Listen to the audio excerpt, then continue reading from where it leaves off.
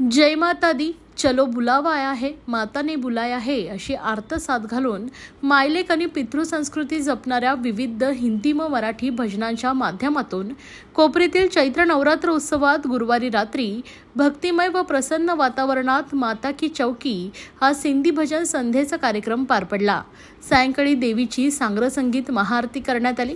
या प्रसंगी लता एकनाथ शिंदे, शिवसेना पदाधिकारी जयप्रकाश कोटवानी या आदींसह शिवसेना पदाधिकारी व भाविक मोठ्या संख्येने उपस्थित होते।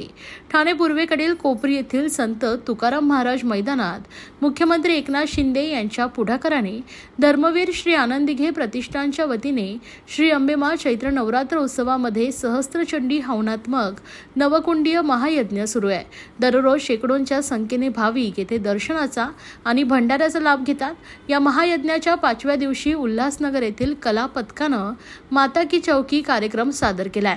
श्री गणरायाचं स्तवन करून प्रारंभ झालेल्या या माता की चौकी भजन संध्येत देवी मातेच्या उदो उदोसह शिवशंकर भोलेनाथ तसेच भगवान झुलेलाल यांच्या भजनांना असंख्य भाविकांनी भक्तिभावपूर्ण दाद दिली आहे। सहस्त्रचंडी हवनात्मक नवकुंडीय महायज्ञानिमित्तानं मातेचा विशेष दरबार सजवण्यात आला होता।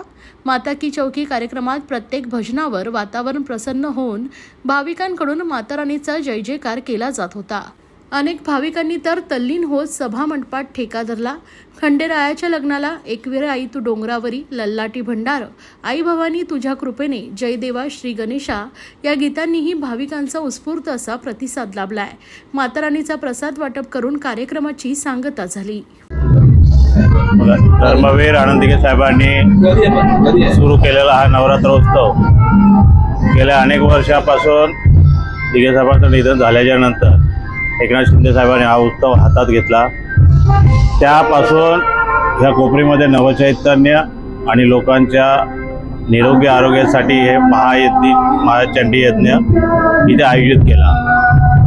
हा करण्याचा उद्देश एवढाच होता शिंदे साहेबांचा की इथल्या नागरिकांना, माझ्या मतदारांना, आपल्या शिवसेनेला चांगलं निरोगी आरोग्य लागो, त्यांच्यामध्ये भरभराटी येवो आणि उत्तम आरोग्य सगळ्यांचं राहावं याकरता या उत्सवाची दिघे साहेबांच्या नंतर उत्सवाची पूर्ण जबाबदारी शिंदे साहेबांनी केली। आणि या उत्सवामध्ये आमचे सर्व शिवसेनेचे पदाधिकारी तन मन धन स्वतःहून पुढाकार घेतात आणि जे पडेल ते काम स्वीकारतात आणि काम करण्याची तयारी दाखवतात। त्याच्यामुळे शिंदे साहेबांनाही काहीही इथे बघायला लागत नाही, एवढे तत्पर आमचे पदाधिकारी आणि सर्व कार्यकर्ते आहेत। वेगवेगळे मान्यवर तसंच वेगवेगळे कार्यक्रम होतात रोज दरवर्षी।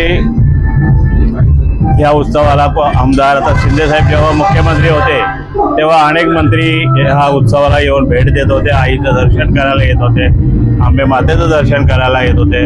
आणि मग कार्यक्रमाच्या निमित्ताने 9 दिवस ठाणेकर नागरिकांना म्हणा, कोपरीकर नागरिकांना म्हणा एक आनंदाचा उत्सव असतो। त्याकरता कार्यक्रम, सांस्कृतिक कार्यक्रम म्हणजे 9 दिवस चांगल्या पद्धतीने मध्यात मारवाडी लोकांसाठी कार्यक्रम असतो, राजस्थानी लोकांसाठी एक असतो, मराठी लोकांसाठी 2-3 कार्यक्रम त्यांच्यासाठी असतात, सिंधी लोकांसाठी त्याचा एक कार्यक्रम असतो। असे विविध घटकातील लोकांसाठी हा एक चांगला सांस्कृतिक कार्यक्रम इथे देण्याचा आम्ही प्रयत्न करत आहोत।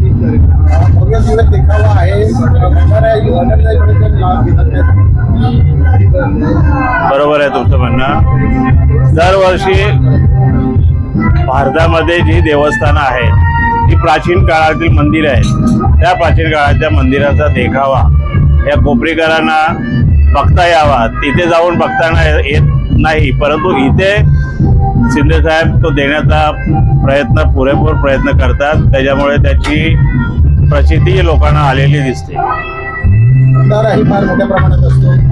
भंडारा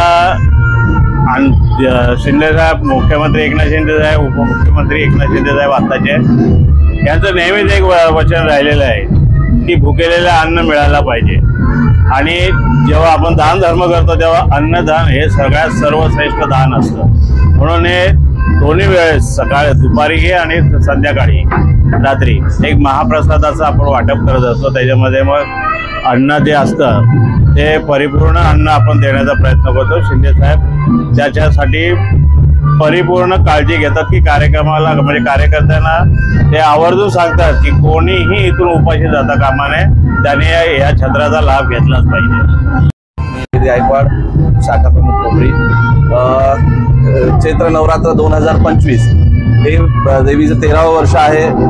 13 वर्ष सातत्याने सर्व इथे कार्यकर्ते वगैरे इथे देवीची सेवा करत असतात। मी खरं तर खूप आभार मानेल साहेबांचे की हा कार्यक्रम कोपरीकरांसाठी कोपरीमध्ये साहेबांनी आयोजित केला। देवीचे 13वं वर्ष आहे। 13 वर्ष साहेबांनी वेगवेगळे कार्यक्रम इथे आयोजित केले। 9 दिवस हा कार्यक्रम चालतो। देवीचं आगमन 30 तारखेला देवीचं आगमन झालं गुढीपाडव्याच्या दिवशी, आणि विसर्जन आहे 6 तारखेला। मी सर्वांना आवाहन करेल, सर्वांनी देवीचं दर्शन घेण्यासाठी नक्कीच उपस्थिती दाखवावी।